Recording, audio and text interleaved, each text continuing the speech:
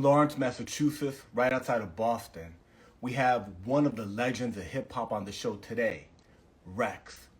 He's a prolific MC who this year alone has released multiple projects. He just released a new album entitled Universal Sound, produced by Greve. We're going to bring him in, talk to him about his new project, this amazing year that he's had, and his career as a whole. Let's bring him in.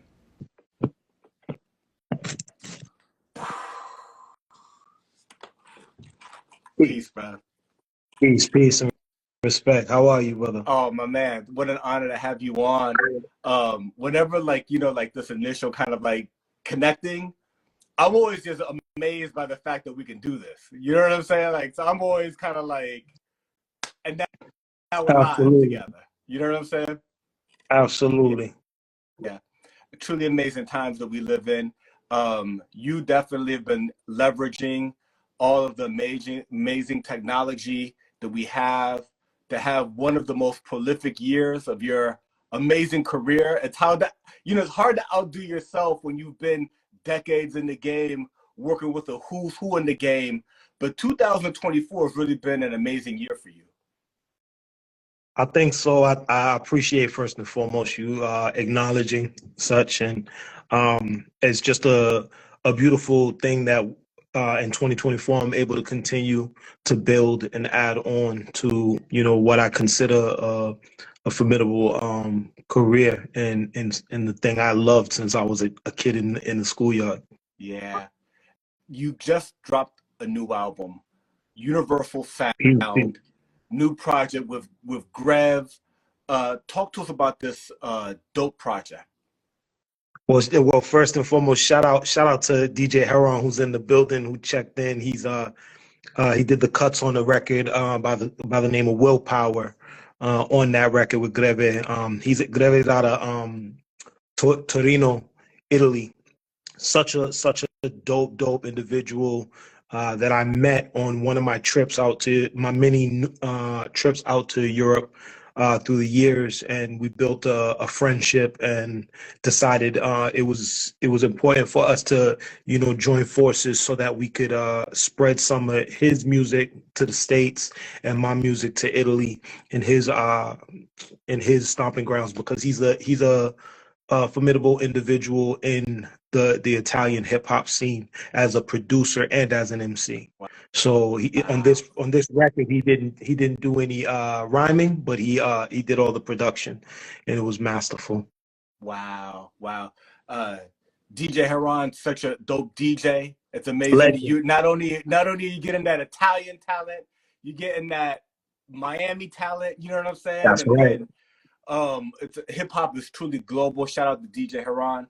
That's amazing, this network that you've built, because we're talking about Universal Sound right now, but for people who may not know as well, right? You're from Lawrence, Massachusetts, the Boston area, incredibly affiliated with all of the talent coming out of Lawtown and Boston, right? We're talking about the terminologies, the Statik Selektahs, right? The Easy Monies, this is your crew. This is who you roll with. That's amazing in and of itself. The relationship between Boston and New York City is there, especially like as far as hip hop goes, way back to Ed O.G. and the Guru, up until present.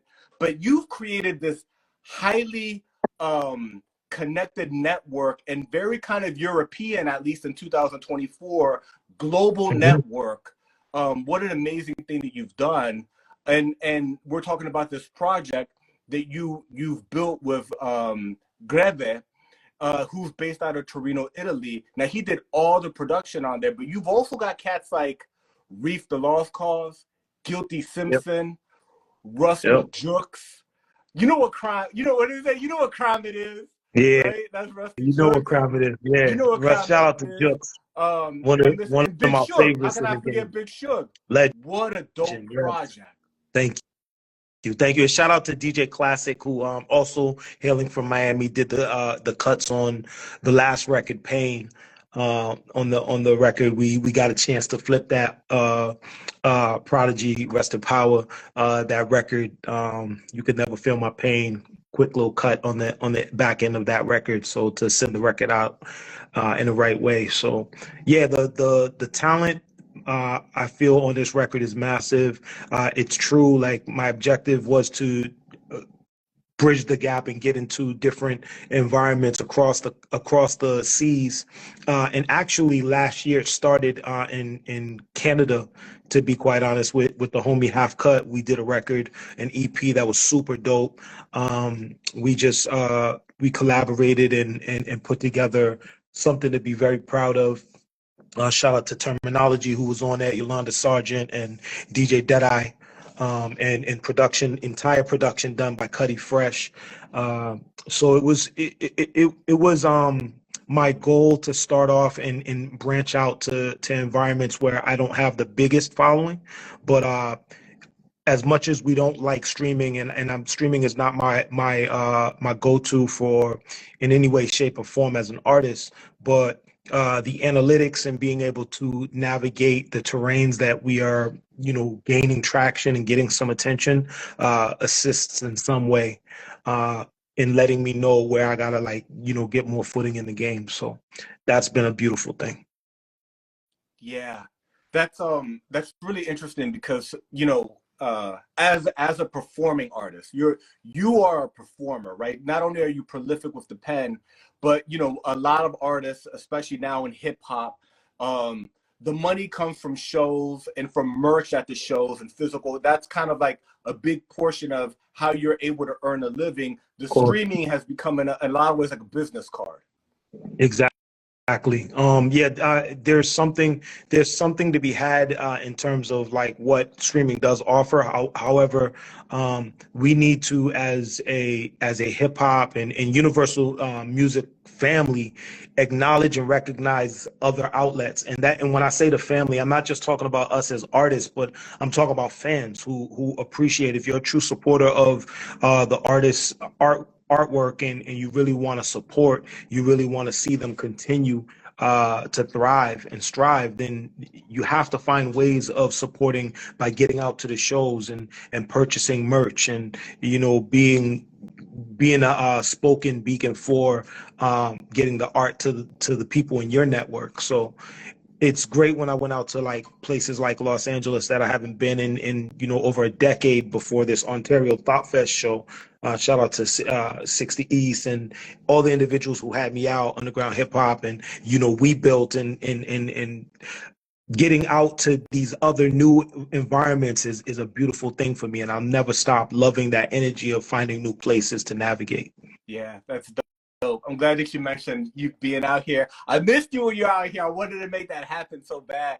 Couldn't make it up. I'm glad you were here. And I think that now that you were here just recently, you got to keep that coming. You know what I'm saying? Yo, keep coming out here to the West Coast. Move. It's the move. Shout out to Naps in the building. Super dope fire spit. I noticed that you guys had y'all show recently. That's super dope to see. And yeah, I absolutely agree. I think returning to the West Coast is a must. My wife came out with me and she loved the energy and the vibrations of the people and just obviously the weather is gorgeous and like, there's so much to love about being on that side of the map. So I absolutely will be returning sooner than later. That's dope, man. Yeah, you got love out here. People love REKS. You know what I'm saying? Yeah, it's great to hear, and it's great to feel like it had been a while, so I didn't know what to expect, but I was pleasantly surprised, and I'm thankful, and I'm looking forward to returning. That's dope, man. That's dope. That was here locally at the Thought Fest, and other things that you did in the LA area. In Europe, when a lot of artists go over there, they have so many people that are into like boom bap hip hop, lyric heavy hip hop, sample based beats, drums, what we would call maybe golden era hip hop, has a very big following in Europe. Have you noticed the difference? Because you're an artist that's gone to Europe for years now. You've been performing at festivals and everything from like the underground clubs to the big festivals that they do in Europe. is the energy different over there for independent artists? What have you noticed as a person that's out, you know, out in these places, versus stateside when you're like at the clubs here? Is it different in Europe? I will say it's still different, but it's even changing now more. Uh, you know, a decade removed from my first time being out in Europe. When I first came out, hip hop was not, I want to say a new thing coming into Europe, but it was still in a stage where it was kind of in its infancy, and so artists coming out on a regular basis was, you know, in a prime time frame. And I think, you know, pre-COVID, what was happening was that a lot of local artists. So, for instance, a lot of artists from Germany specifically were starting to build a foundational footprint in their locations. So, you know, there's legends like the brother Torch and Tony L are legends in German hip hop, but you know, since then, there's been so many individuals in German hip hop who have developed, like, you know, a following for themselves, and so it created a space where locals who are into hip hop were getting more interested in seeing locals, which is only natural for individuals to, like, you know, start to want to hear music that comes from their home base.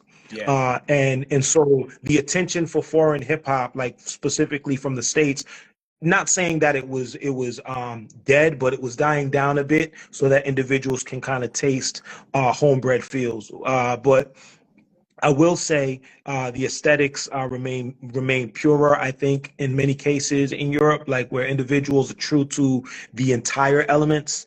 And because we're oversaturated still over here in the States, and desensitized from a lot of things going on in our environments as a whole, Yeah. individuals don't feel like kind of a wow factor from, you know, anyone coming out, because there's so much to take in, and we live in a fast-paced nation, and we also live in a like, you know, a short attention span period. So it's very difficult to see hip hop in the States get the same attention in places like Europe, where it's slower, the slower vibrations, and individuals are more apt to spend some time in entertain art.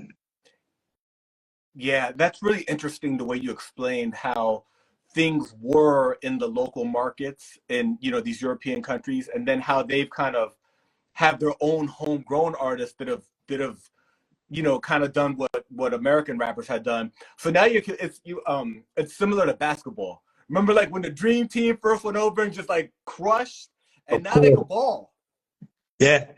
And now you got to worry, like, you know, like quite it's quite the top three ball players in NBA sport, in the NBA sport, are probably foreign ball players. Yeah. You know, in basketball, you know, it's at least an argument, Yeah. you know, that the top three players, but at least the top one, two, like one, two spots are foreign players. They're not from the Yeah. United States at all. So, like, that's a very good analogy, and it's true. Like, there are legends in Germany, legends in Poland, legends in Finland. You know, so I feel you know, I greatly appreciate the fact that, like, I'm able to every year go to places in Finland. Like, some people have never heard of Turku or Rovaniemi, Finland, and these are places that I go to year after year. So it's a beautiful feeling to be able to go to these environments and still get attention and appreciation. That's That's so dope. Yeah, right.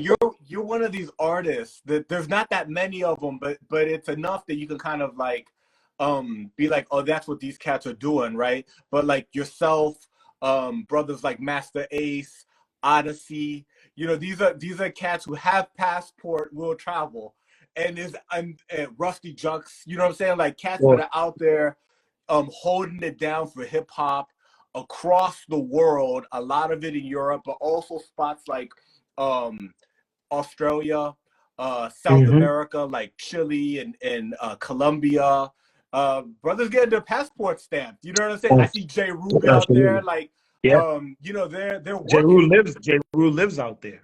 You know, J. Rue lives out there. J. Rowe lives out there from the Alcoholics. You know, there are other brothers who are part time in Europe and part time in the States. And I've never been to Australia, and so a big thing for me was to branch out and build like client. Like I did a project this year with DJ Views from Australia, and I decided that I need to branch out and fulfill um, uh, start to develop, my representation in areas like that.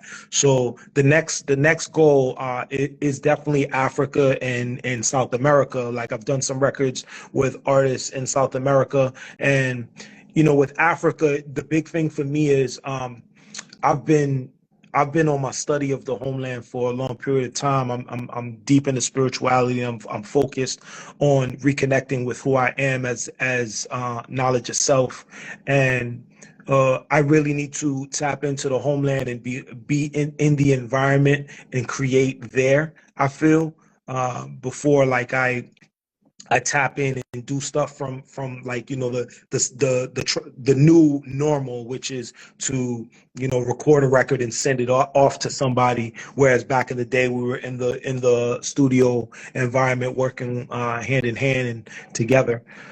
So I look forward to getting on the continent and being able to create in that kind of space. Not only going out there for the music, though. Obviously, going to be going out there for spiritual enlightenment and awakening. What an amazing trip. Do you think that this is a 2025 I'm goal? hopeful. Like I'm hopeful. Pardon, so I didn't mean to cut you off, but the big thing is like when COVID happened, we had some plans to go. We had some we were steps in place for us to go around that time, and then uh, just like I said, COVID happened, and so we reacclimated ourselves in Europe again, and we're planning to position ourselves soon. So if all goes in according to plan, 2025 tail end is something we're hoping for. But sooner than later, we're going to be on that continent. It's going to be one of those, we got to be there for like a month, 2 months, not going there for like a week or two. So that's the other thing, how long we need to be there. Yeah. Wow, man. And Africa's massive. People don't understand. They don't understand the size of the continent. Right. Right. Right. but And I and mean, from that Egypt to South Africa and Ethiopia to Nigeria. I mean, you're talking like yeah, it's I think it's a lot of it is also like what people fail to realize is that a lot of that is a created disconnection from how huge Africa is, like in order to distort the reality for a lot of us on how powerful or powerless in the minds of the 1%ers, the elite, however you want to call individuals who are part of systemic oppression, mhm. mentally, physically, spiritually, whatever you want to call it, whoever these individuals are, in your mind, in people's mind, individuals are there to distort the reality. For sure. I mean, because even though this knowledge is known now, the maps still don't represent it to this Right. day.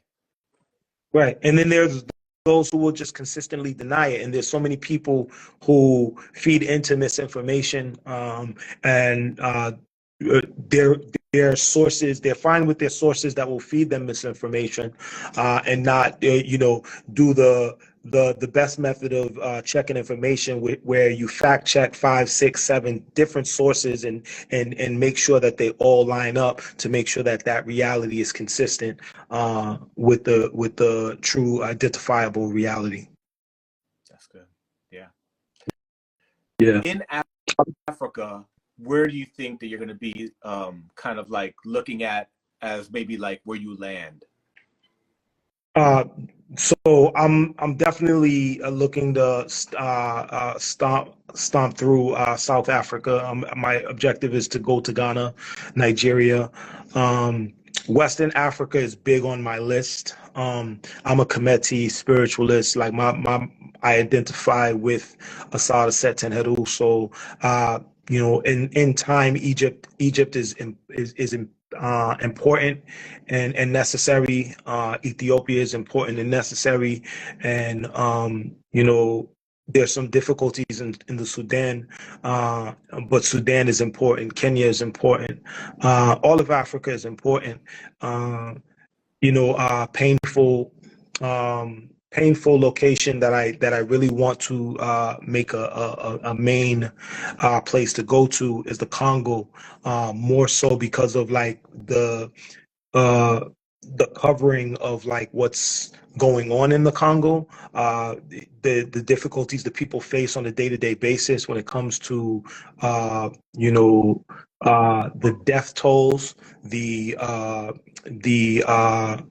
is sickening, atrocities that are happening to young girls and young women, and some of the most negative things that are just not being highlighted universally, because the globe will consistently put a lens on wars that are going on in what they consider to be the elite locations across the globe, and they don't put the magnifying glass on the places that have historically been just uprooted and disconnected, and the Congo is very, very, very high on that list when it comes to places that have been pillaged.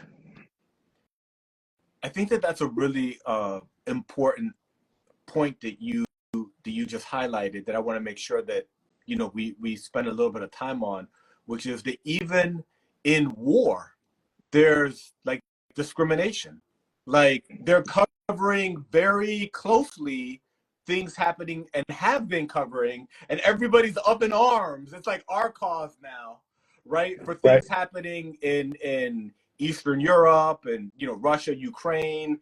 But at the same time, there's things that if you were the way you just described it now, we're talking about women's rights, young women, and many other atrocities, children, right? That would get attention if attention was given, cameras, resources, journalism.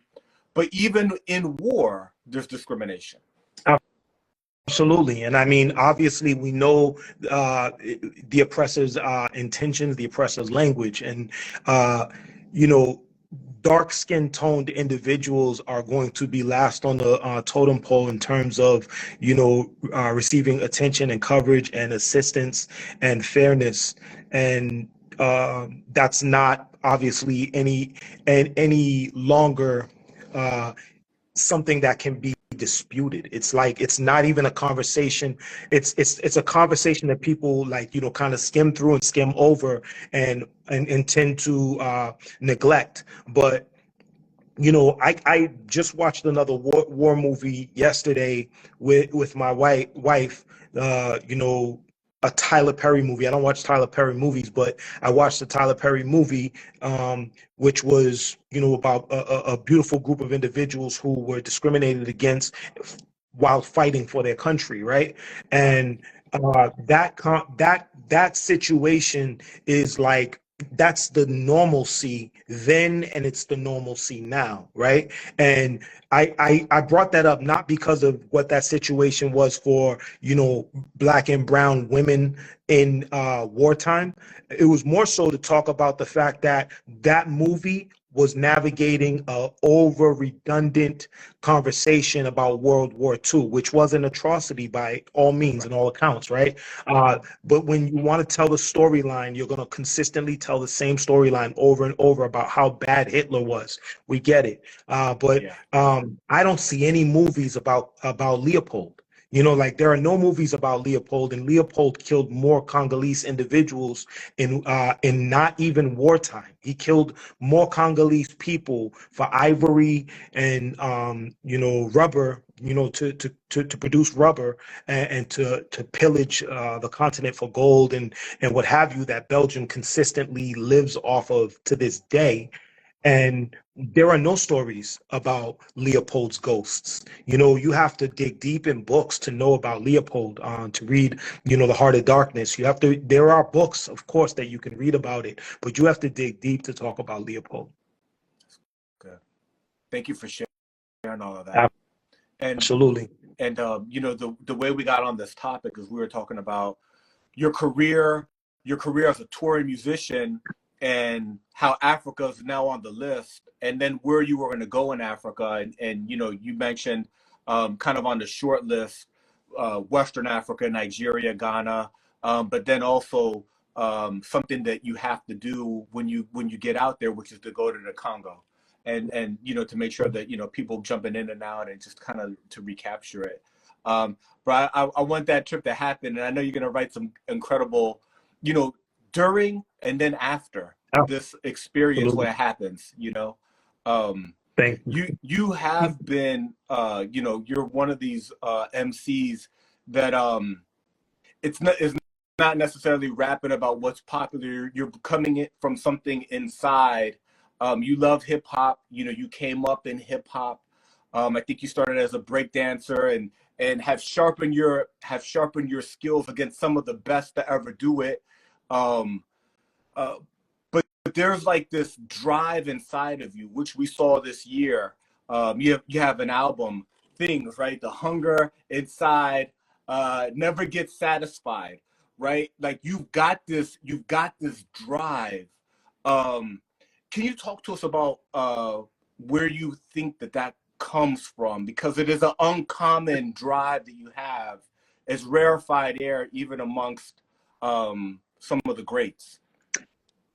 I think it most importantly comes from my upbringing. I was talking today.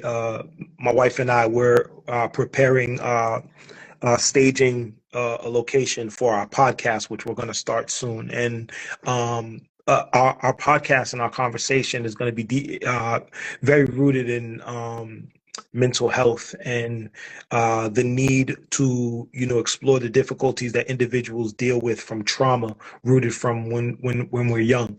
And those spaces from my youth, from Lawrence, Massachusetts, the upbringing with my mom being a 16-year-old woman 16-year-old girl having me, having a baby, and my father not being involved and dying very early on from complications with AIDS, and ending up in foster care. All of these traumatic instances very early on kind of forced me to first and foremost get into helping because I needed help. And so every job that I did prior to music, everything that I used as an outlet for dealing with my trauma had to do with helping youth or dealing with individuals with mental illness or sickness or dealing with disease, some kind of pain and struggle. And when I found hip hop, as far as my voice in hip hop, like breakdancing was an outlet I loved to dance, but it was when I was able to utilize my voice and to pick up a pen and to be able to speak to the issues that I was dealing with internally and like navigate the environment around me. It was then that I was able to really find my space, and I've held on to that forever. Those traumas don't define me, but they always remain rooted as the foundation for why I do what I do. Wow, that's beautiful. Yeah, Man.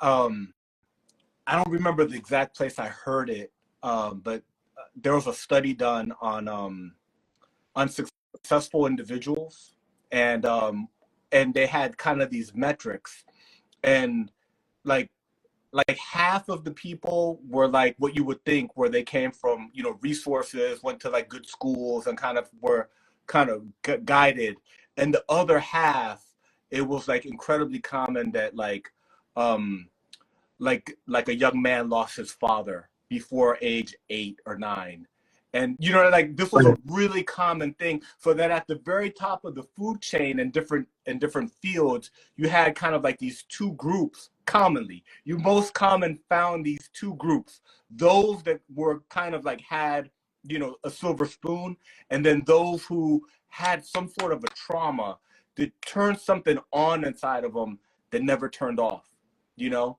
And they worked harder. They worked harder.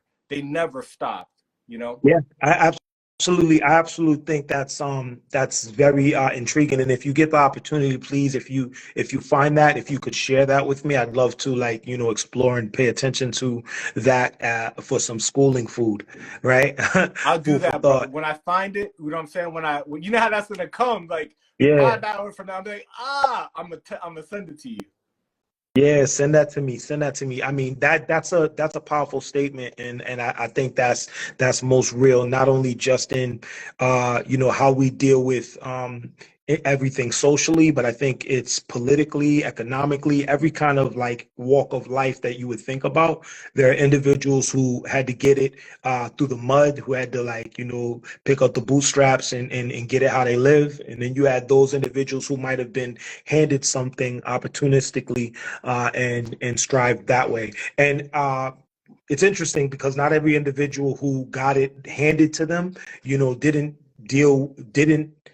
it doesn't mean that they didn't deal with some kind of traumatic instances in their lives, and it doesn't mean that they didn't, you know, had to navigate certain walks that are difficult. Many people deal with, again, drug addiction, depression, mental diseases, like so many things. Like none of us are void of these issues. And Steve Jobs was a great testament to that when he spoke out. He was like on a large platform, being able to say, you know, I could have all the riches in the world, but, like, you know, I can't get anybody to carry these diseases for me. So, you know, that's just the nature of the universe. So the universe works how the universe works. Yeah. That's dope, man. That's dope. 2024 has been an amazing year for you. You just released Universal Sound, but it's been a very busy year for you with many projects. Just to name a few: A Vibe Called Yes, The Miracle on 54th Park Street, I'm Not Your Negro. These are just some of the ones that have come out this year. There's more. Can you talk to us about the projects? You know, because there's so many projects that you worked on this year. What you approached 2024, how you approached it in the series of projects. Can you unpack that a bit for us? So I started off the year, like, you know, being on a mission to drop 33 EPs in 2024, and and the intention behind that was, like, you know, defining mastery and being, like, you know, a master craftsman at what I do, and being focused on you know, releasing quantity but quality at the same time. And it also was parallel with a mission to kind of circumnavigate this, you know, new streaming you know, phenomenon, and kind of figure out the algorithms and what it is that works and doesn't work when we put out music, right? And I found out a lot of interesting things very early on. Some things that I had knew already, some things that were very telling about how the algorithm works. No matter how much material we put out, like how you're kind of like at a disadvantage if you put out a great amount of material, a large amount of material, whereas if I put out more material, it would seem to reason that I would seem to get a larger amount of, you know, responses from the individuals because of traction, because of visibility on all social media platforms or what have you. What happened is my algorithm started to slow down. You know, the more and more I was putting out more material, they were basically controlling the algorithm of, like, how much attention I was being. They were basically slowing my pace. Wow. And it's interesting, like, you know, it's like it's not even hidden, you know, it's like it's just out there. A lot of individuals told me, yo, bro, like, you know, you got to pace yourself, don't do it this way, don't do it this way. And I'm like, no, I'm gonna throw out a bunch of material, because what I know I'm gonna be able to do and what I'm doing now and people are starting to see is that the material doesn't die. The material never has a shelf life in my book. Yeah. Like, I feel good music is always going to be good music. It's going to stand the test of time. So Yeah. what I dropped at the top of the year, rather unique in 2024, I'm going to do a bunch of vinyl, CD, tape related things that are going to like keep that that record alive and give it new thriving life through my Bandcamp, through even.biz, through you know, face-to-face work with merch in live show arenas. So I'm totally fine with the way I've thrown out the material, and I am very strategic now about like what I will give to streaming and what I won't give to streaming right away, so that I can navigate it the way, you know, many people caution me about. But at the same time, I can leverage doing that and put out other material at the same time whenever I want to. Yeah. Rather Unique, such a dope record, by the way. Like that, you mentioned that. It's so dope. It's what it's. I took that video. I took one of the videos from that project and used that as kind of like when I first announced that you were going to be on, with you at the water and all that stuff. So I think that that's such an interesting experiment that you did. One, as a personal goal, you know what I mean? That like, I'm going to be this prolific this year and work with, you know, people across my global hip hop network of producers, DJs, MCs. I think that was really dope. The fact that you got real time feedback that's experience based, right? It's not like you read it in a blog. It's not like, you know, somebody said like, this is how you should do it. It's not like you use some widget and that widget went in and did everything for you. You got real life experience of like, okay, if I'm dropping something every 2 weeks, you know, this is what the algorithm's doing. When I'm doing it every 4 weeks or every 6 weeks or every 8 weeks, this is what I'm doing.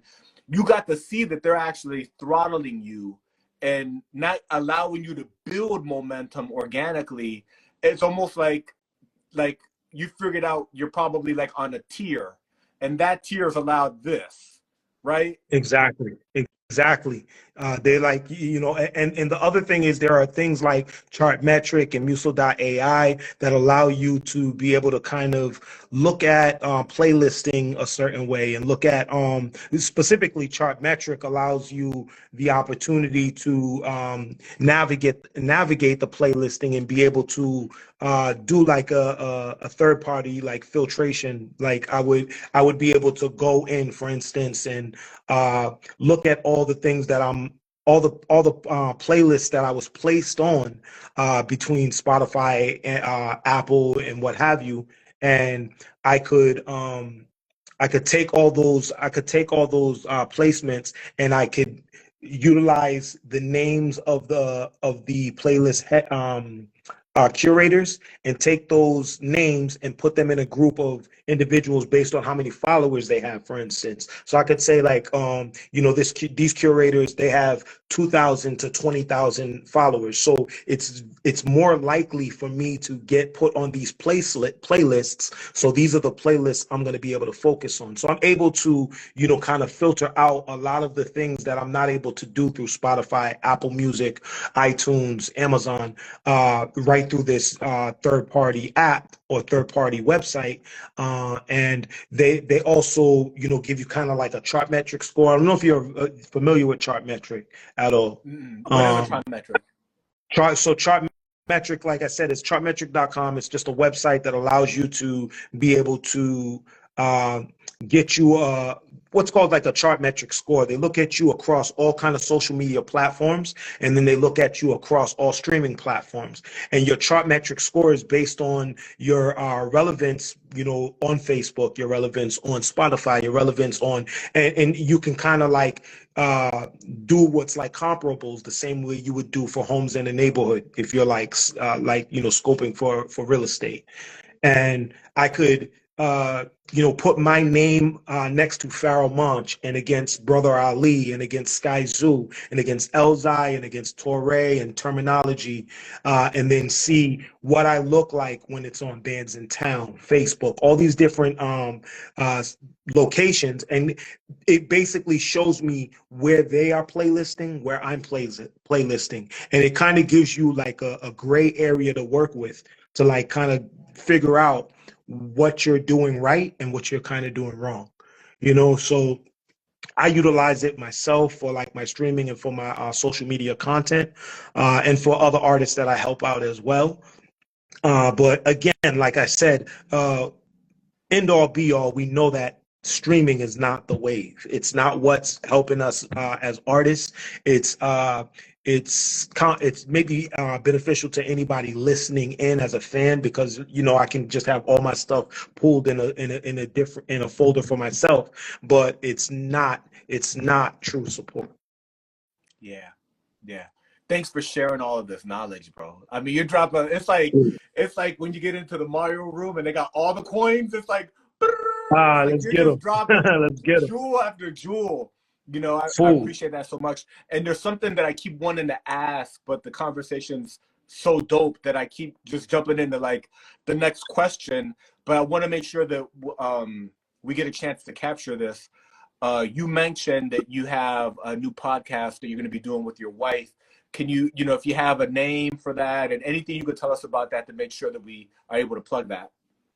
The name is kind of still in like limbo. Like we have some ideas of what we want to say, but like again, the main topical matter. Anybody who is following me doing Grand Rising rituals knows that like a big part of my day to day is mind, body, and spirit healing. Waking up on meditation and on grounding and tapping into.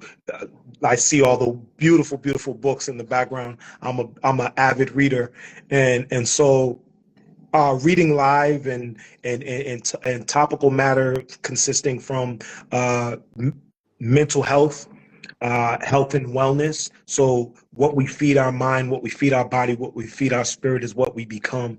That's the universe around us. And that's the main kind of like focal point of like what we're talking about. And we're throwing some hip hop and we're going to throw in some like, just typical topical matter about what's going on in the day to day. Yeah. That's dope, man. I can't wait for that to come. And no better person, thank you, no better person to do it with than my wife. If it's my village, like Toby and Wigway said, like if I can't bring my wife and them children, I'm leaving. I used to be in environments where I would like attempt to like be away from that environment, and now I can't really and don't really want to be in environments that would exclude my village. That's beautiful. That's dope. Word. So we talked about how busy you've been in 2024. I thought that Universal Sound may be like, that's like the last project 2024. But it looks like you're dropping a new video called Outside before the end of the year on December 30th, because you're like, we're not done yet, right? It's like that, that hidden track or like that part of the movie, when the credits, and then there's like that last little, right? You dropping something else before the end of the year. Yeah. That's actually from an album that's actually done. We could have put it out months ago, and I actually have eight projects that are done. They can come out right now. So like we have clips just loaded and ready to go, and it's quality music. And that's with shout out to Mr. DL. We put out 2 other videos this year. This is 40 and Wish You Would. And Outside is the 3rd video we're dropping from that project. And we might just end up dropping video after video after video, because Mr. DL, known for his production and being an MC, he's better known these days as a videographer. He's done videos for me and for Terminology. That's what many may know him for. Stuff with Statik Selektah and MOP and the Locks. And he's an East Coast like go to when it comes to like video work. And you know, I'm excited about this video outside that's coming out. It's got me in different form. I'm more on my sing-songy, even though I do my sing-songy thing anyway.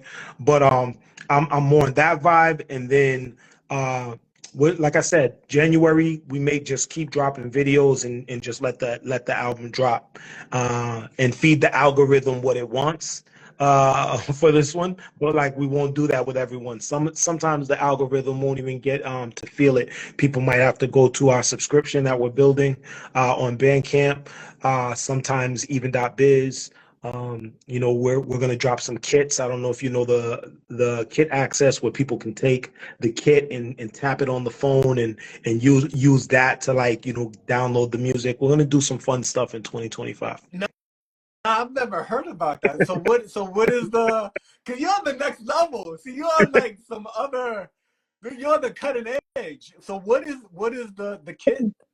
So the kit is like a little, like, I don't know if you've seen this. Snoop Dogg had like one of probably the most well-known kit accesses, and basically it's like a little box where you can you're gonna have a display of just little designs, like you know, collectible cards and what have you. But within that is a tappable area on the kit where you can either tap it to the phone, or you can clip it right in the bottom of the phone and download my album or download someone else's album. And so we're gonna be selling access that way to material, and just like basically as artists taking back ownership of our stuff. I look at individuals like Russell and Russ, and I admire these younger than me heads who are being very innovative and creative in ways of tapping into market and saying, you know, pay what you like to pay, or get it how you want to get it, but make sure that you're supporting me directly and acknowledging and respecting my art for what it is. I put a lot of time and effort into what I do as an artist. I expect, you know, appreciation, not only a salute, REKS, you're a dope MC, like, you know, I'm handling my own business, so I do think about the bottom line at the end of the day. Yeah. You know? Yeah. That's dope. I think that's a good segue kind of conversation to whatever you can share. You've already shared a little bit, but what's 2025 looking like for you? We talked about the 8 in the clip. It's like if you had like guns laying around, it's like, don't touch those, they're loaded. Right? Right. See, Yeah. you got Absolutely. clips ready. You're talking new merch, cutting edge technology, things you learned, you know, from your career, but also specifically in 2024, where you actually experimented with the algorithm, with doing things a little bit different, got real feedback, and now you're approaching 2025 with content, but with a plan. What do you got? What are you releasing in 2025 that you can share with us? 2025, the project, of course, I mentioned about with Mr. DL is dropping early part of the year. There's a producer by the name of Stone. He's a super dope producer who I've worked with in the past. I did a release called Top to Bottom with him a couple years ago, and we have a record that I absolutely love. I can't wait to get this record out. The rollout is going to be incredible. We have it set up, like, you know, appropriately. Five Fingers of Death and I, we have a record coming out in 2025. They are known for being 4 producers who team up with an MC and release records together. And so I'm releasing one with them, Five Fingers of Death. I got a record with my ST, the squad brother Artisan. He produces the majority of the record, but also rhymes on it. Super dope MC, super dope producer. Plenty of other individuals I'm not going to name, like, that I like have more work coming with. And I am working on a tour. I'm working on 2 different tours right now. I'm going to return to Texas. I had a great run in Texas a couple of months ago. My plan is to return to Texas around South by Southwest time. I'm going to Oklahoma for the first time to perform. Hoping to get back to California. I will, around the time that I finish up Texas, hopefully be able to return to California. And I'm working on a tour currently with Edo G and Mr. Liff and our significant others. So my wife, she's also my hype woman, and she does a lot of my graph work. And individuals who've been paying attention online, she's been doing a lot of my videos lately. She Wow. shoots. My wife, she shoots my videos. She does my graph work. She does like so much behind the scenes, and like it's important for me to push her to the forefront, but to show individuals how much she leads our village. And the same goes for Edo G's beautiful ladies, Sam, who is from France. She's a producer and she's a DJ, and Mr. Liff and Eternia are a married couple with children, and they are hip hop royalty, super dope MCs in their own right. And us as a group in a unit, we're planning to tour Europe in April. So super excited about that. Everything works out according to plan. That's going to be one of the coolest things we're going to do top of the year. That's amazing, man. And it's called That's like, Love on the Road. woo! That's the real love in hip hop. Yes, absolutely. That's exactly how we look at it. My wife designed the flyer, Love on the Road. It's going to be super dope. That's Yeah. so dope. Salute to your wife and to all the significant others that you mentioned. You know, that's beautiful, and it's beautiful to see, especially in hip hop. You know, it's less Yeah. common. That's I've dope. been pushing to do more. Thank you for that. I've been pushing to do more records with Sister Queens, like so many beautiful vibrant female MCs, producers, artists in general, and we have to like navigate this terrain of hip hop and not forget the women of hip hop, but also to like push them up and uplift them and let it be known that they're such a major asset and major key to like, you know, what we do on a day-to-day basis. So I'm very happy to do this. That's beautiful, man. That's dope. The that I think that's a good place to start to wrap up. You know what I'm saying? Like at such a high note. You know, we talked about the amazing 2024 that you've had. The album you just dropped, Universal Sound with Greve out in Italy. Your impressive year of prolific output of multiple projects all throughout the year with people around the world, very Europe heavy, but also all over the United States. Future plans for you to go to Africa, future tour in the United States, Love on the Road, and the Texas, Oklahoma. I've been to Oklahoma. Oklahoma's surprisingly dope, actually. Looking forward to that. Yeah, you're gonna love that. Oklahoma surprisingly like, oh, okay. But my brother, it's been an honor building with you. You're an incredible MC, an incredible lyricist, an amazing individual, and I look forward to building in the future. Thank you, beloved. You are a wonderful interviewer, and I thank you for this valuable time. Anything I can do to uplift and support your platform, you let me know. I'm championing your platform, and I'm championing you just as an individual, because this was solid, bro. Appreciate you so much. I appreciate you. Hey, Rex, I appreciate that so much. Hey, I see you in Cali when you come through. I'm gonna see you, brother. Let's talk. All right. Word. Salute. Bless up. Peace. Peace.